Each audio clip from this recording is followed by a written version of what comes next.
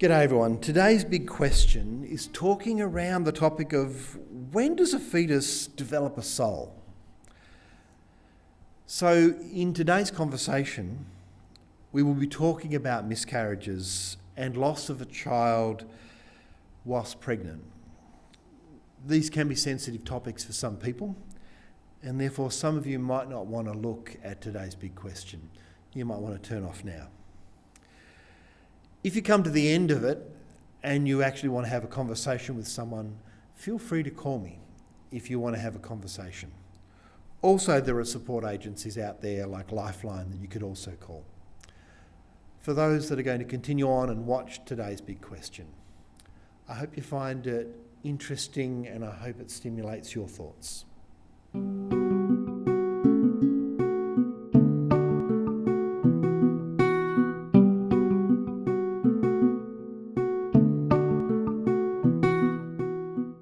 G'day everyone, we're looking at the next of our big questions and I've got Graham Perry. Graham is the Presbytery Minister. Presbytery Minister Pastoral Care, is that correct? Presbytery Minister, Ministry Wellbeing, actually, Richard. Ministry Wellbeing. I'm concerned about your well-being. That's yeah. It's a bit like a bishop with absolutely no power. So don't get excited by the thought of a Presbytery Minister. He's just one of us humans. The reason I asked Graham is because Graham is someone that's a good thinker, and I wanted to draw him in one of our big questions to have a conversation about. So Graham, the question that I have for you, and I've sent it through to you, I'll read it out for everyone so we can all hear it. At what point does the soul come into existence? And it says after that, it says, asked by a mother who has miscarried 4 children between 6 and 16 weeks from conception over a period of 8 years. Would these embryos have a soul? It's the big question. I'm terrified and excited about all these big questions that we've been getting because they are minefields. So Graham, thank you for joining us. Wow, thanks, Richard, and hi everybody in Terrigal or wherever else you're watching this little Zoom podcasty kind of thing. It's good to be with you in this new kind of virtual way. Yeah.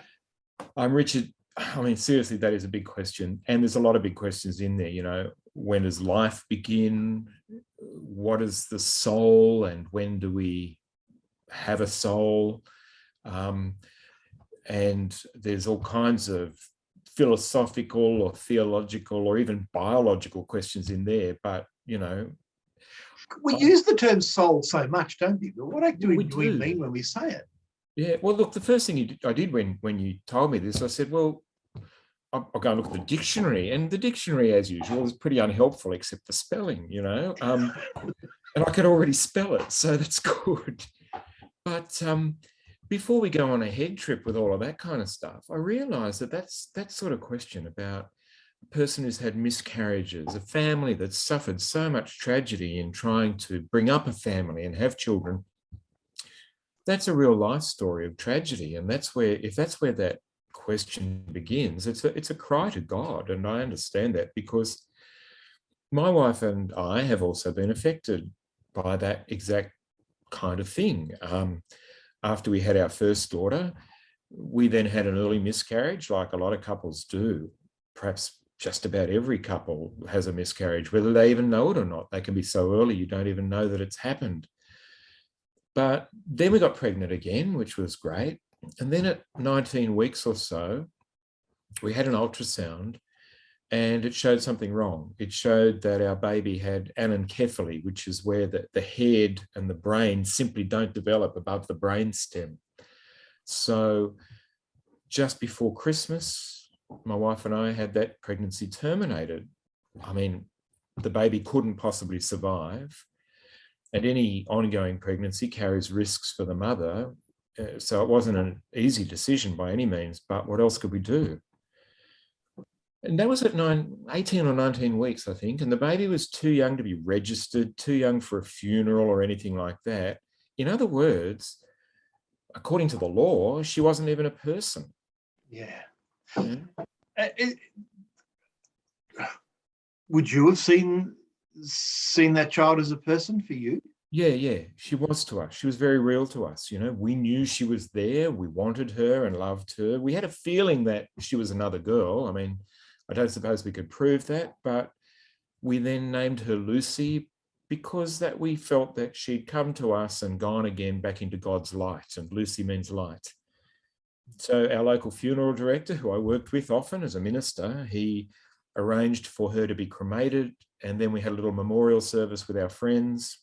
A year or so later, we had a healthy baby boy, but Lucy is a secret part of our family, and we believe that somehow she still has a home in God's light, even though she never had a brain, she was never born, she was never technically a person, but somehow we loved her and God loved her, and that's where she is now with God.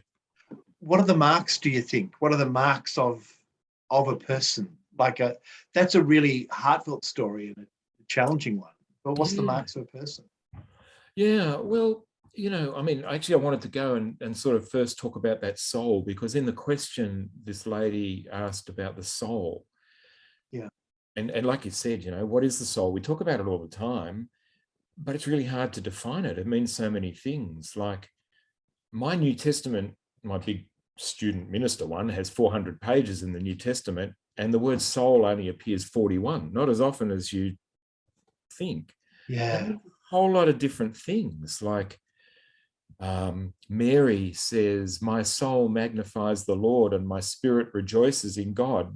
Is Mary's soul and spirit the same thing or different things? And is it her heart that rejoices, or her mind? All of that kind of stuff. Jesus says, "Love the Lord your God with all your heart, your mind, your soul." That's in Matthew, and in Mark it adds, "and your strength." In other words, your body. So, does that mean that it's a part of the whole person? Sometimes it just means myself, and sometimes even God speaks about his own soul. My soul delights in my chosen one. It's really vague. There's no clear defined concept. And my guess is that every culture and every religion has some sort of concept of a soul, but they're probably all different. They're not exactly the same in any religion, and any, from reincarnation to all sorts of things. So yeah, my first thought is we're not going to get a huge amount of help there, but we might get some more help from that question that you raised about what is a person. Yeah, because it's really interesting, because when we talk about a soul, when we talk about a lot of these kinds of issues, a lot of what we think is informed by the media, isn't it? And by movies. Oh, yeah, absolutely. So, I mean, well, go back to Jesus' time. When the New Testament was written, it was written in ancient Greek, and they used the word psyche, like in psychology, which means the soul. So psychology is the study of the soul, what's deepest in a person. Yep. And in Jesus' time, they already had a Greek understanding, from Plato and others about what the soul was, but that wasn't anything like the Old Testament.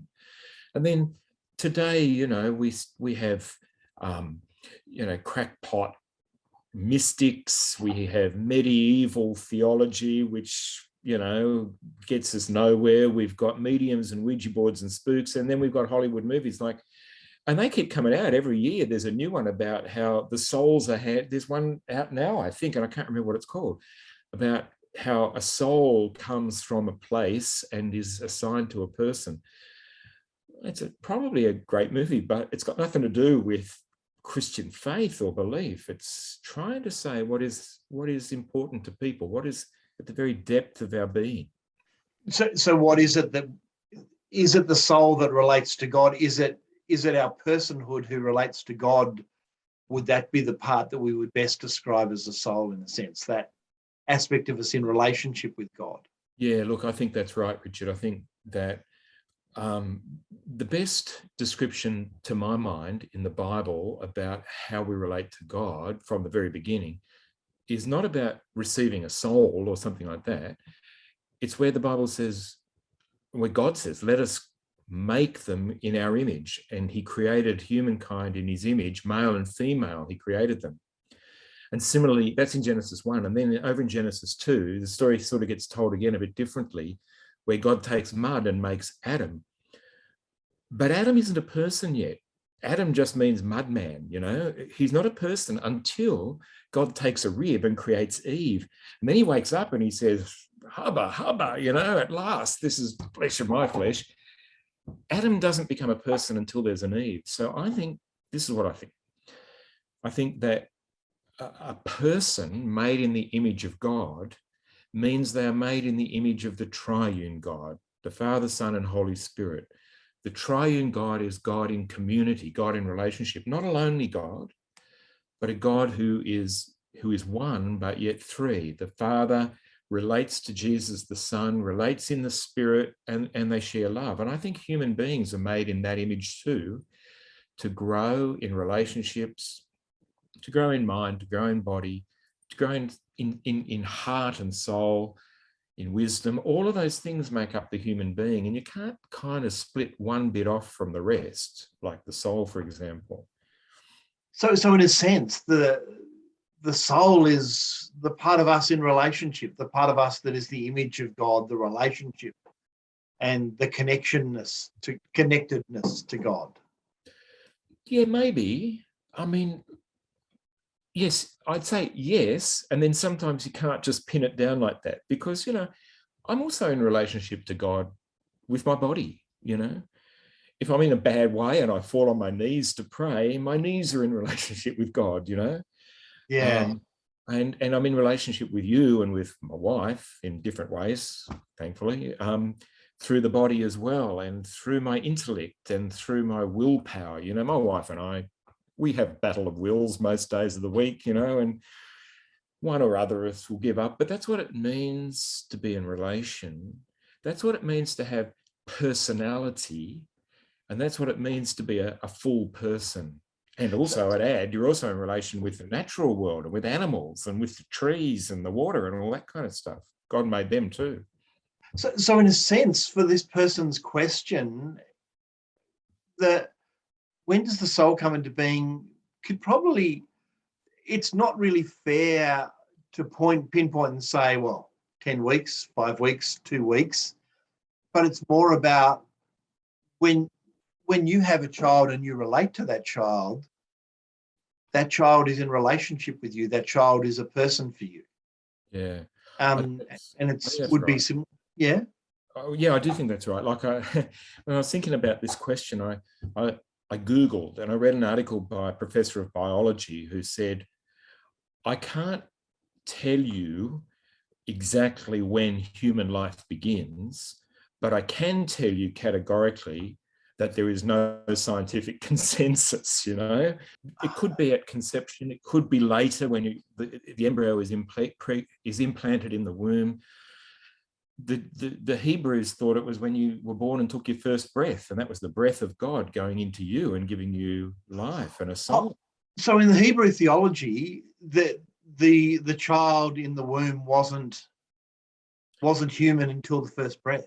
I don't think you could say it wasn't human. I mean, David even says, you know, from my conception, you've known me and loved me. Yeah, and look, and Mary sort of says that the child within me leapt with joy. And that's not Mary. Who is it? And in the Christmas story, Elizabeth. Yeah, Elizabeth. You know, the child leapt with joy.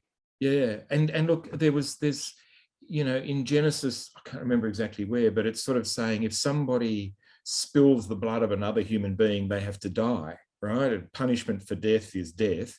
But later on in Exodus, when Moses is giving the law, he actually says if you cause a woman to miscarry, you're not put to death, but you have to pay a fine.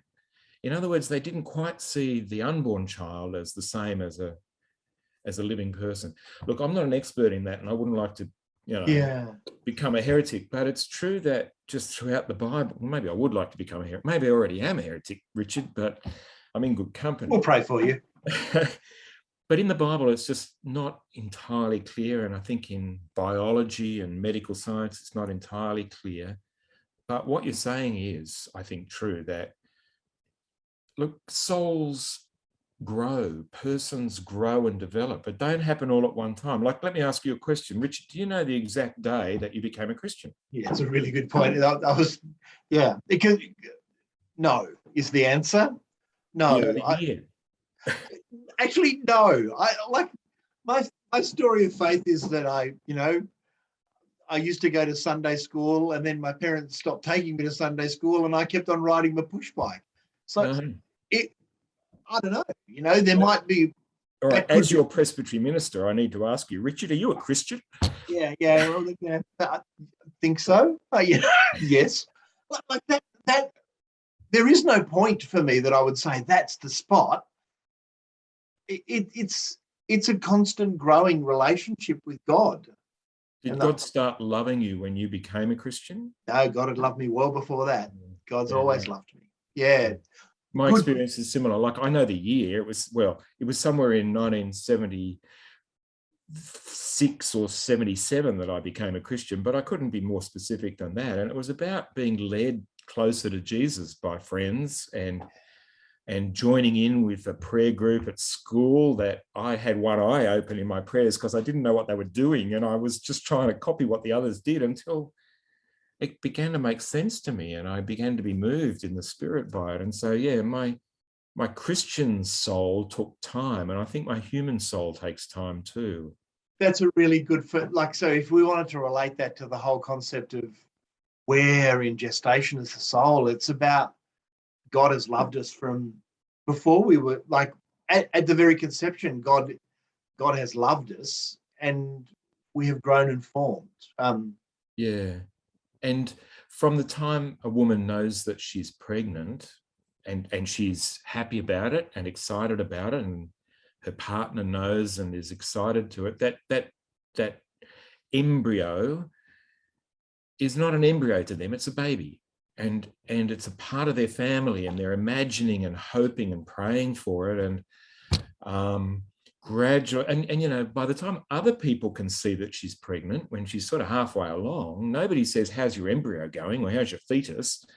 They say, when is your baby due? Are you excited? And it has personality, even though it hasn't been born, because it's loved and it's expected and hoped for. And so the mother will say, oh, well, look, it's not an it anymore, it's a girl, it's a girl. And and she's pretty lively. She's a real hard kicker, but she calms down when I play my Def Leppard CDs. And her bedroom's painted purple, and she's got 31 booties already. And there's something there that even for an unborn child, she's beginning to have a personality, because she's in a network of love and relationships, even with only a very few people yet.